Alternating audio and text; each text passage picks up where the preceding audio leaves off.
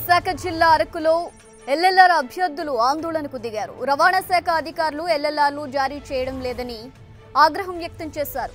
3000 మంది అభ్యర్థులు రోడ్డుపై బైఠాయించి ఆందోళనకు దిగారు.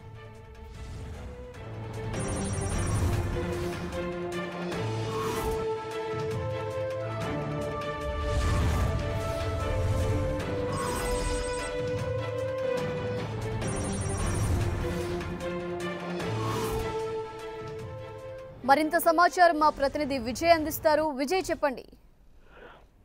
ఝాన్సీ, విశాఖ ఏజెన్సీ అరకులో ప్రజలు ఆందోళన బాట పట్టారు.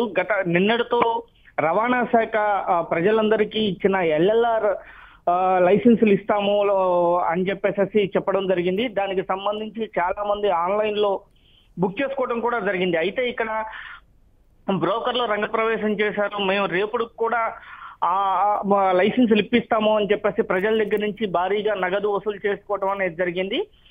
దీంతో ఏజెన్సీలోని 11 మండలాలు, సుదూర ప్రాంతాలైన కొయ్యూరు, చింతపల్లి, జీకే వీధి లాంటి ప్రాంతాల నుంచి కూడా చాలా మంది వాహనదారులు లైసెన్సుల కోసం అని చెప్పేసి అరకులో ఉన్న రవాణా శాఖ కార్యాలయానికి రావటం అనేది జరిగింది.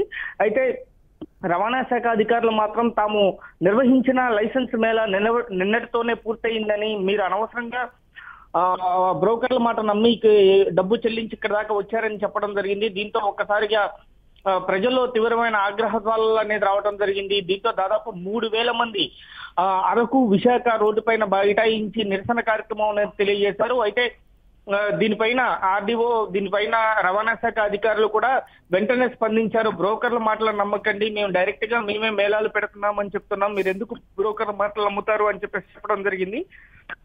అయితే తాము ఒకవైపు డబ్బులు కట్టున్నాం కాబట్టి తమకు న్యాయం చేయాలని చెప్పేసి ప్రజలు కోరుతున్నారు. Jhansi. Right, thank you Vijay.